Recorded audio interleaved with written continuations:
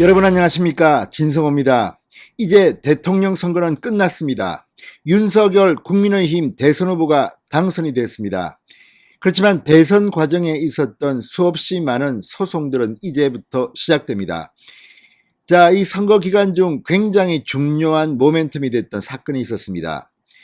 이 유튜브 채널 서울의 소리의 이모 씨가 김건희 씨와 사적 통화를 한 7시간여의 녹음 파일을 MBC가 스트레이트란 프로그램을 통해서 방송을 한 겁니다.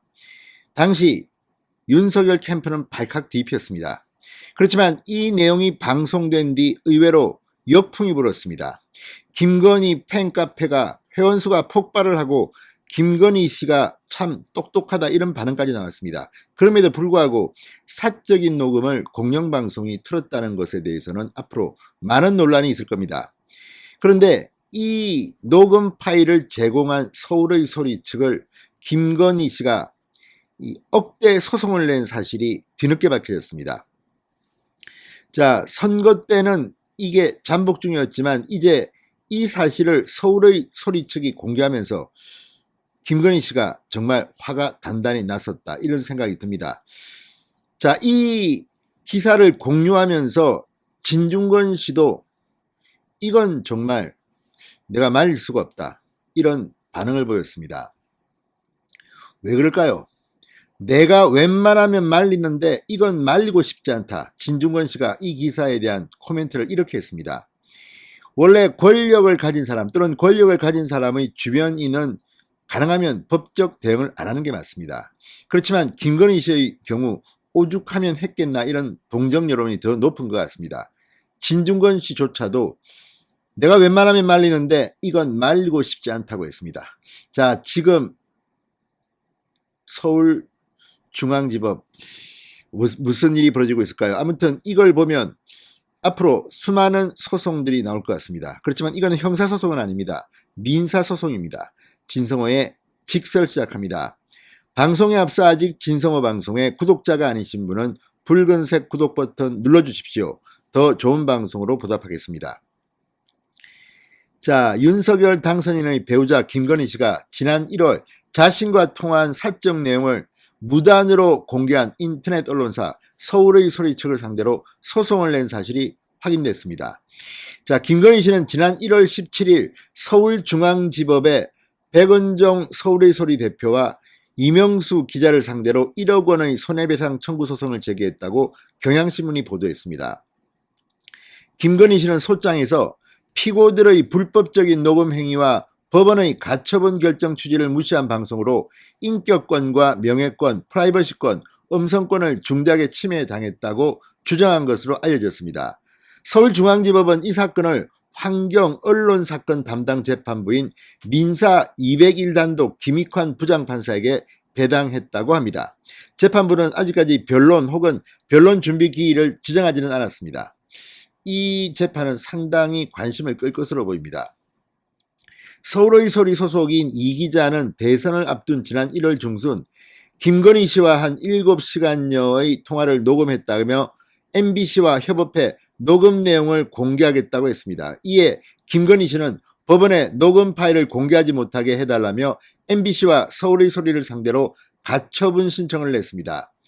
법원은 사생활 등이 담긴 일부 대화 내용은 공개하지 못하게 했습니다만 나머지 내용은 공개할 수 있다고 결정했습니다. 이후 MBC와 서울의 소리는 각각 방송과 유튜브를 통해서 김건희 씨와 이 기자의 통화 내용을 공개했습니다. 그런데 문제는 서울의 소리 유튜브 채널은 이 MBC 스트레이트 방송에서는 보도되지 않은 내용까지를 일부 공개했습니다. 자, 이 내용은 앞으로 상당히 논란이 될 것 같습니다. 무엇보다도 이거는 공익을 위해서 방송할 수 있는 내용 이미 법원이 지정해줬는데 그 외에도 계속해서 추가 보도를 한 겁니다. 이것에 대해서 법원이 어떤 판단을 할지가 주목이 되고 있습니다.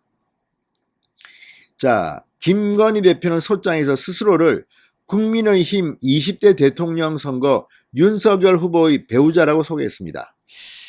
자, 서울의 소리는 어제 기사를 통해 대선이 끝난 지 이틀이 채 지나기도 전에 본 매체는 20대 대통령 윤석열 당선자의 배우자 김건희 씨로부터 1억 원의 손해배상 청구 소송 소장을 수령받았다고 했습니다. 그러면서 윤석열 후보가 당선되자 보복을 시작했다고 주장했습니다. 서울의 소리 대표 백은종 씨는 대선 다음 날인 3월 10일 수령받았다. 왜 선거 전까지 감추고 있다가 선거가 끝난 뒤 보냈는지 모르겠다. 이렇게 말했습니다. 하지만 민사소송 절차를 보면 접수된 소장의 부본을 소송 상대방에게 보내는 주체는 김건희 씨가 아니라 법원입니다. 법원이 왜 이 타이밍에 보냈는지는 모르겠습니다. 법원도 아마 대통령 당선 결과를 보고 눈치를 본 것은 아니겠죠, 설마. 대한민국 법원이 그 정도는 아닐 겁니다. 자, 아무튼 이 내용 지난해 7월 김건희 씨에게 접근해 6개월간 52차례에 걸쳐 서울의 소리 촬영 기사라고 합니다. 이명수 씨가 통화하면서 녹음한 내용입니다. 보도 전 김건희 대표 측에서 녹음 파일 공개를 금지해달라며 법원에 가처분 신청을 냈지만 일부만 받아들여졌습니다. 그런데 문제는 서울의 소리는 MBC가 법원 판결에 따라서 방송하지 않은 그런 내용도 그러니까 공개를 허용하지 않은 그런 내용까지도 방송했습니다. 물론 공영방송 TV 매체와 유튜브 채널은 좀 다르기 때문에 법원이 어떤 판단을 할지는 아직 미지수입니다. 그렇긴 하지만 김건희 씨가 이걸 정식으로 형사소송이 아닙니다. 민사소송, 억대소송을 했습니다.